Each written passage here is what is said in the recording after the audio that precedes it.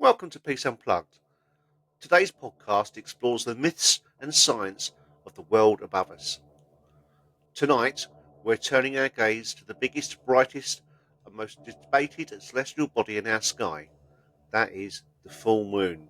Every month, just for a fleeting moment, our lunar neighbours reach peak illumination. That transforms the night into quite a spectacular sight, doesn't it? We all see it, but we don't really understand its full function. It's powerful, subtle, and there's a strange influence it has over our planet, our culture, and even our own bodies. So stick with me through to the end, because at the end of this, I'm going to share with you some controversial secrets that I've discovered, some surprising effects that might make you rethink your next sleepless full moon night. From an astronomical perspective, the full moon's function is simple. It's the point in the lunar cycle when the Earth is positioned roughly between the Sun and the Moon, causing the Moon's face to be completely lit. But its functional role in the nature world is profound. The Moon is the great oceanic conductor, the primary driver of the tide. The full moon and the new moon phases create the greatest gravitational pull, known as the spring tides, where the high and low tides are at their most extreme. This is a critical function for coastal ecosystems, governing the movements and feeding habits of countless marine species. Beyond the ocean, the moon cycle is a powerful calendar for nature. It guides the spawning coral reefs in the tropics, the nighttime hunting of predatory animals, and the nocturnal navigation of migrating insects. It is undeniably a biological metronome, linking the rhythm of life to the rhythm of the sky. We think of seasons, folklore, and names throughout history. The full moon has served as humanity's original calendar, linking its phases to agricultural cycles and the changing seasons. This is where the rich tapestry of lunar folklore begins.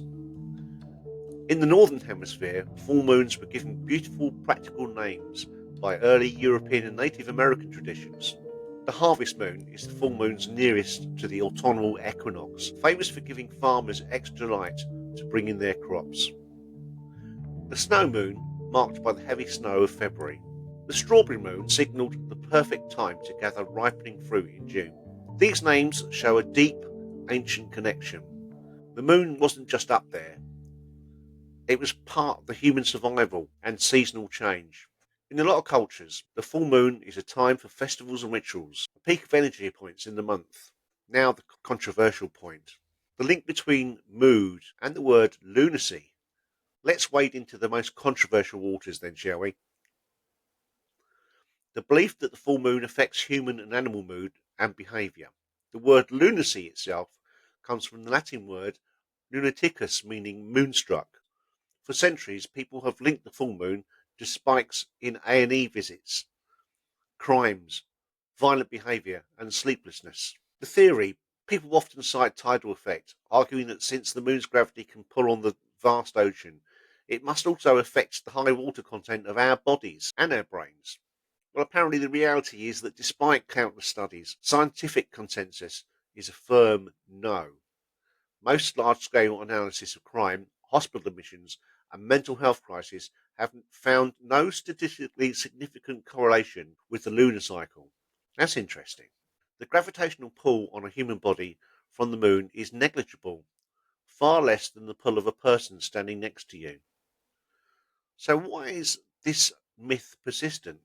For me personally, I often witness the full moon late at night coming home when I used to work shift work, seeing people very drunk along the seafront, staggering in the road, and it always seemed to be when there was a full moon for me. But it seems it's likely a psychological phenomenon called confirmation bias. In other words, when something weird happens on a full moon, we remember it.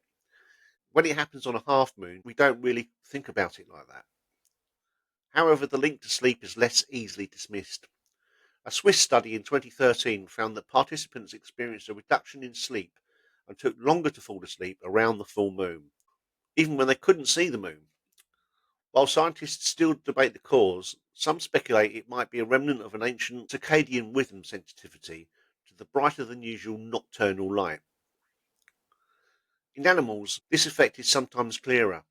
Some studies have noted that the vets see more emergency cases on full moon nights, which kind of falls into my argument, really. This is particularly for dogs and cats, though this too is highly debated and could simply be related to animals being more active in brighter nocturnal light. The moon in art, music, poetry, and stories beyond science and superstition. The full moon's function is as a muse, a symbol of longing, change, and mystery. In poetry, it is the celestial mirror reflecting our deepest emotions. Think of poets gazing up at the melancholy moon or the silver sickle as a symbol of the cyclical nature of life. In stories and film, it is the catalyst for transformation, the moment of magic, the hour of the wolf, and the traditional trigger for a werewolf's change. And in music, the moon is a timeless star, from Claude Debussy's ethereal Clair de Lune, or to Pink Floyd's Dark Side of the Moon. It provides a perfect universal symbol with everything from romance to madness. Okay, I promised you some little secrets. And these are quite challenging, but interesting all the same. Here they are. 3 facts about the moon and its function that most people don't know. Secret number 1, the anti-tide. While the moon pulls on the oceans closest to it, it also causes a bulge on the opposite side of the Earth. This second bulge is not from a direct pull, but because the moon's gravity is pulling the Earth away from the water on the far side. So the moon's function is to create 2 high tides at the same time, one pulling the water and one by pulling the planet. Secret number 2, slowing us down. The moon's tidal friction against the Earth rotation is gradually slowing the Earth's spin. This means that a day on Earth was only about 6 hours long originally. The moon is literally making our days longer. A very slow, hidden function. Secret number 3, the fading light. The moon is not only slowing the Earth down, but the energy of this friction is causing the moon to slowly drift away from us. It is currently receding about 3.8 centimeters or 1.5 inches a year. In a distant future, a total solar eclipse will no longer be possible because the moon will appear too small to cover the sun. So the next time you gaze up at this beautiful bright full moon, remember its dual nature, a powerful force that controls the tides and a silent canvas upon which we project our oldest fears and most enduring dreams. Thank you for joining me on this episode. Be sure to share it with other people.